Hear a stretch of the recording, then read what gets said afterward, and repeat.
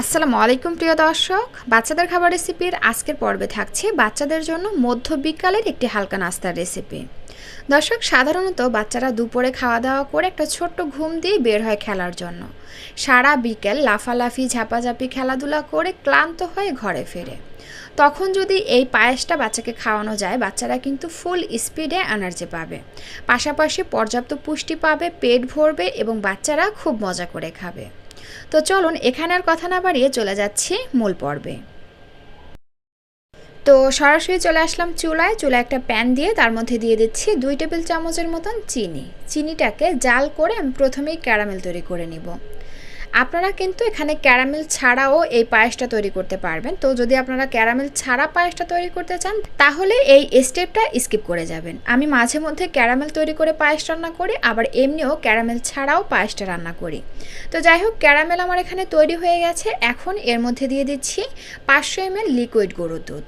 প্রথমে অল্প পরিমাণ দিয়ে ক্যারামেলের সঙ্গে ভালো করে মিশিয়ে নিচ্ছি, তারপরে বাকিটুকু দিয়ে দিচ্ছি। প্রিয় দর্শক, শিশু বিশেষজ্ঞদের মতে 1 বছর বয়স হলেই বাচ্চাদেরকে গরুর দুধ খাওয়ানো যাবে। তবে সেই ক্ষেত্রে সরাসরি গরুর দুধটা না খাইয়ে বাচ্চাকে প্রথমেই গরুর দুধের তৈরি বিভিন্ন রকমের খাবার খাইয়ে অভ্যস্ত করতে বলেন। তো এই খাবারটি কিন্তু আপনারা বাচ্চাদেরকে 1 বছর বয়স হলেই খাওয়াতে পারবেন। আর গরুর দুধ তো বাচ্চাদের জন্য ভীষণ উপকারী এবং আদর্শ একটি খাবার। এটা কিন্তু বাচ্চাদের দ্রুত ওজন বাড়াতে কার্যকারী একটি খাবার। তো যাই হোক, দুধের মধ্যে যখন সুন্দরভাবে বলক চলে আসবে, এই পর্যায়ে আমরা একটা সুন্দর ফ্লেভারের জন্য দিয়ে দেবো একটি এলাচ, 1 টুকরো দারুচিনি আর একটা তেজপাতা। তারপর নেড়েচেড়ে প্রতিটি উপকরণ ভালো করে মিশিয়ে নিব। মিশিয়ে নেওয়া হয়ে গেলে এর মধ্যে আমরা দিয়ে দিব আগে থেকে ধুয়ে রাখা পোলাওর চাল।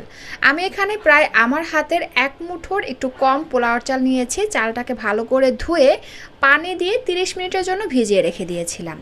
তো যাই হোক, এবার চালটা দিয়ে আমি ঘন ঘন নেড়েচেড়ে ভালো করে দুধের সঙ্গে মিশিয়ে নিব। একটা বিষয় অবশ্যই মাথায় রাখবেন, গরম দুধের মধ্যে চাল দেওয়ার সাথে সাথে চালটা কিন্তু দলা পেকে যাবে। তো সেই ক্ষেত্রে চালটা দিয়ে সাথে সাথে ভালো করে নেড়েচেড়ে মিশিয়ে নিতে হবে। দেন এভাবেই কিন্তু চুলার আঁচ মিডিয়াম আঁচে রেখে ঘন ঘন নেড়েচেড়ে আমরা চালটা সিদ্ধ হয়ে আসা অবধি রান্না করে নিব। তো এভাবে প্রায় 25 থেকে 30 মিনিটের জন্য আমরা চুলার আঁচ মিডিয়াম এবং লোয়ের মাঝামাঝি রেখে রান্না করে নিয়েছিলাম। আর এতেই কিন্তু চালটা সিদ্ধ হয়ে একদম গলে আসছিল। তারপরে একটা আলু ম্যাশারের সাহায্যে ঘুটে এরকমের নরম করে নিয়েছি।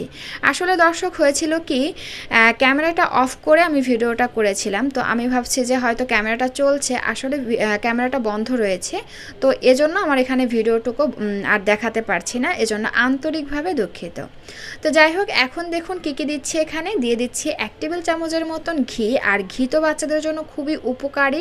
এটা বাচ্চাদের দ্রুত ওজন বাড়াতে সাহায্য করে, বাচ্চাদের স্মৃতিশক্তি বৃদ্ধিতে সহায়তা করে, বাচ্চাদের হজম ক্ষমতা বাড়ায়, অনেক উপকারিতা রয়েছে ঘিয়ে। আর দিয়ে দিলাম এখানে স্বাদ অনুযায়ী লবণ। আসলে মিষ্টি খাবারে লবণ না হলে মনে হয় যে মিষ্টিটা হয়ই নাই, তো এজন্য আমি লবণটা দিয়ে দিলাম। আপনারা যারা মিষ্টি খাবারে লবণ পছন্দ করেন না, তারা লবণটা স্কিপ করে যাবেন। এরপরে এখানে যাচ্ছে হলো বাদাম গুঁড়া। আমি এখানে কাঠবাদাম আর কাজু বাদাম গুঁড়া করে নিয়েছি, তো সেটাই পরিমাণ অনুযায়ী দিয়ে দিচ্ছি। তারপরে নেড়েচেড়ে প্রতিটি উপকরণ ভালো করে মিশিয়ে নিয়ে চুলার আঁচ মিডিয়াম এবং লোয়ের মাঝামাঝি রেখে ছোট্ট একটা বলক এনে নিব। তো যখন হালকা একটু ফুটতে থাকবে, এই পর্যায়ে আমরা চুলা থেকে নামিয়ে নিব। আর এই তো বাচ্চাকে খাওয়ানোর জন্য কিন্তু এখন একদম রেডি। এভাবেই আপনারা বাচ্চাদেরকে মধ্য সকালে কিংবা বিকালের হালকা নাস্তায় এই পায়েসটা তৈরি করে খাওয়াতে পারেন। অথবা আপনারা চাইলে কিন্তু বাচ্চাদেরকে সকালের নাস্তায় কিংবা রাতের ভারী খাবার কিংবা দুপুরের ভারী খাবার হিসাবেও এই খাবারটি তৈরি করে বাচ্চাদেরকে খাওয়াতে পারেন। অনেক সময় দেখা যায় যে দুপুরে বাচ্চারা ভাত খেতে চায় না, খিচুড়ি খেতে চায় না, রাতে খেতে চায় না। তো তখন কিন্তু আপনারা চাইলে এরকমের ভিন্ন ধরনের একটা খাবার বাচ্চাকে খাওয়াতে পারেন।